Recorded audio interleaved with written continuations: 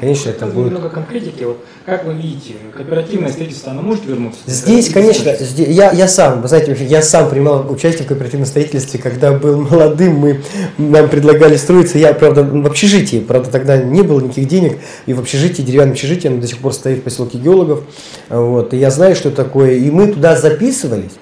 Это не просто было, что там предложение, это очередь была, это если ты заслуженный, призаслуженный у тебя есть, конечно, это перспективно. И вообще сегодняшняя ситуация, когда экономическая в целом в России, да и у нас в республике, значит, с ипотекой, вот с дороговизной строительства, значит, с процентами и так далее, конечно, будет обвал вот этого, ну, то есть не обвал, а будет остановка получения нового жилья и так далее. А это альтернатива. Есть такой момент, что, получается, учредители кооператива могут обойти вот эту конкурсную систему по выбору подрядчика. Именно почему я и предлагаю такую форму, как кооператив, потому что на нее не действуют те законы, которые загнали наше строительство в те рамки, которые мы видим. А что делает тогда дешевле метр квадратный вот в вашем проекте?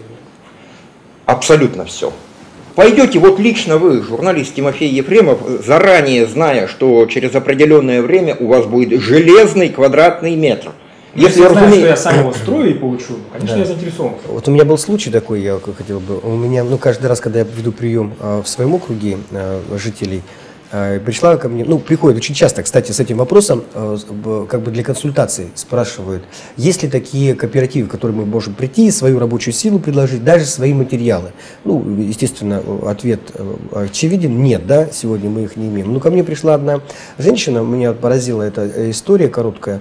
Она с ребенком одна живет, да, мать-одиночка, и она готова, заявляла мне, она готова быть и плотником, быть и штукатуром, быть, значит, разнорабочим и так далее, как, чтобы ее труд был внесен, значит, в этот. И она была готова работать не один год и не на одной стройке, а несколько лет подряд. Вот.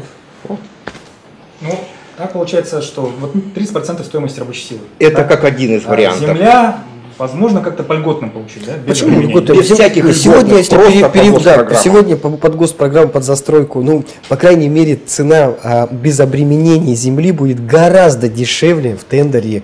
Да, это не если условия поставить предпринимателю, а сегодня все-таки нужно обратить внимание на то, что и правительство России, вообще сегодняшняя ситуация заставляет сегодня все направления, то есть возлагать, конечно, всю надежду на бизнес и на предпринимательство, если дать возможность предпринимателям получать земли даже за деньги, но не за такие там, значит, торги. Естественно, это все будет в себестоимости уменьшаться. Поэтому вот без обременений, без, значит, нагрузок на снос, без, значит, подводки коммуникаций, без получения этих безумных дорогих технических условий и так далее. Конечно, ценник упадет. Ну вот технические условия подключения. ГРЭС-2 рядом, а вот как сделать так, чтобы подключение было дешевле? Да, вообще, я считаю, закон этот или эти вот правила по техническим случаям, это преступные вообще действия. Ну, как можно взимать деньги значит, с вас, если вы уже потом будете у них являться плательщиком, да.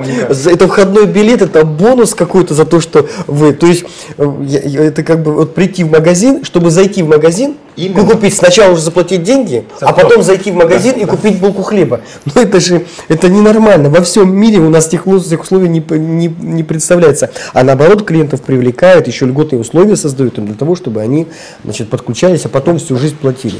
Вообще вот эти вот компании, так скажем, монополисты, они на самом деле, ну, как бы покорректнее сказать, это достаточно, в общем, ну, коррумпированной структуры. Как легальная форма вымогательства? Абсолютно. Не вымогательство, а получение денежных средств незаконных, абсолютно. Любой проект требует инвестиций, да? Да. Скажем так, частников поначалу будет, мне кажется, сложно привлечь. Очень. Можно направить госсредства. Вот вы упоминали проблему расселения и погорельцев. Как вот эти деньги, государственные средства, можно оформить, направить на жилищный кооператив? На сегодняшний час на мэрии Якутска висит 300, а уже возможно больше, и в скором времени будет вообще кратно больше, неисполненных судебных решений от граждан, которые не объединены, просто не объединены. Вот у этого исполнительный лист на предоставление жилья, и это же не исполняется.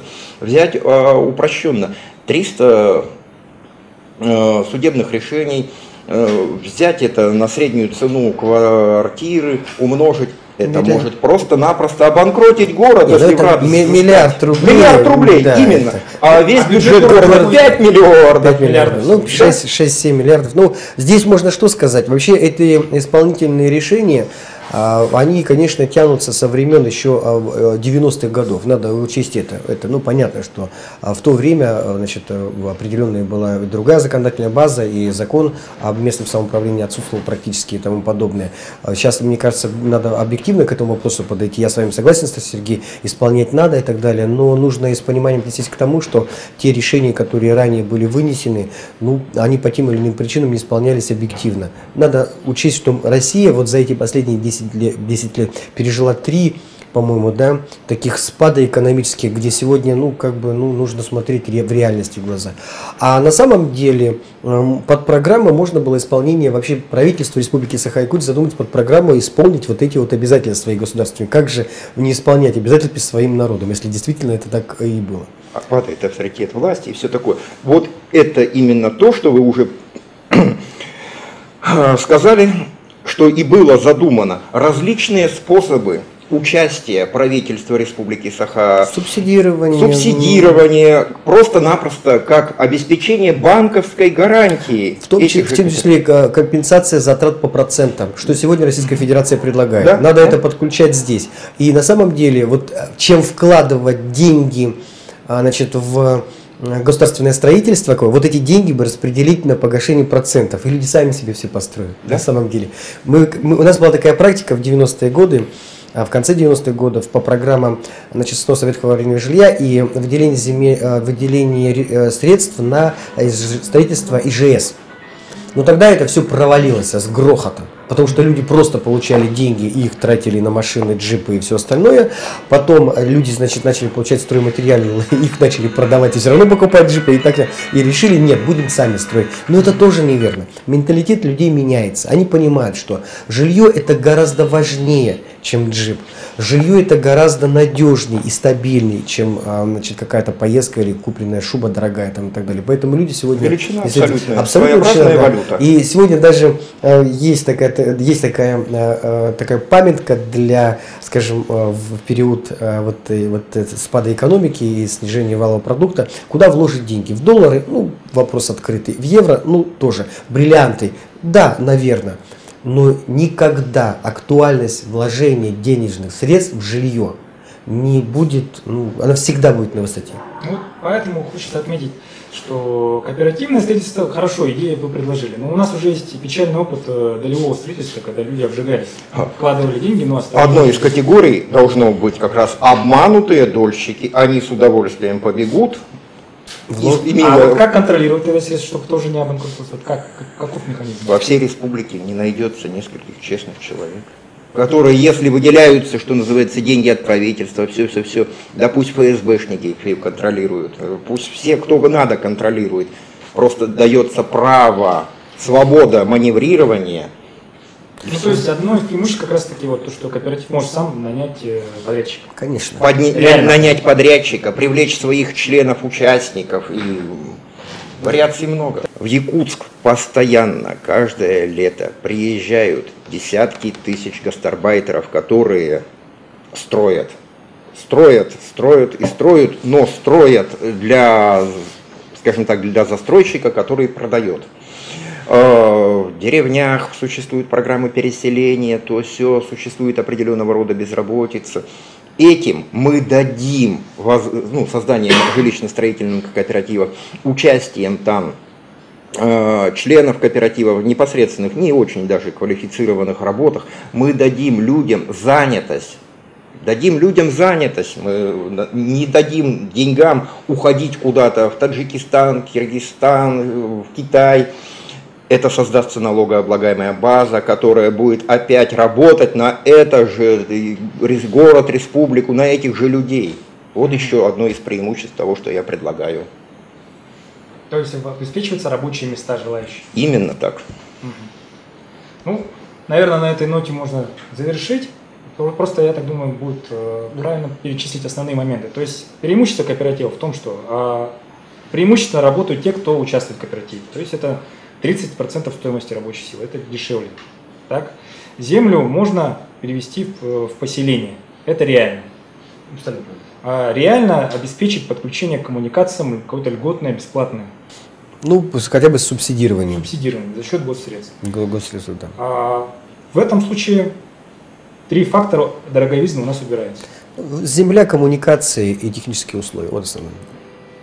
Коррупционный момент, это возлагается уже на совесть самих членов кооператива, которые уже, собственно, будут знать, кого они нанимают, с кем работают. Так? Почти так. Почти так. Очень важным моментом является, что правительство и фонды имеют возможность влиять на назначение председателей кооперативов и на проводимую ими политику. Они долю должны просто иметь. Именно так. Все. Именно так. Правительство должно иметь свою долю, которая будет являться государственной собственностью в случае чего, и в свою очередь потом будет просто продавать, даже продавать свою долю этим же застройщикам. То есть в накладе оно не останется. Конечно, конечно. Правительство никогда не останется в накладе, поверьте мне. Никогда. Спасибо за участие, спасибо, что пришли гости. На этом мы завершаем наш эфир. До новых встреч в нашем эфире. До свидания.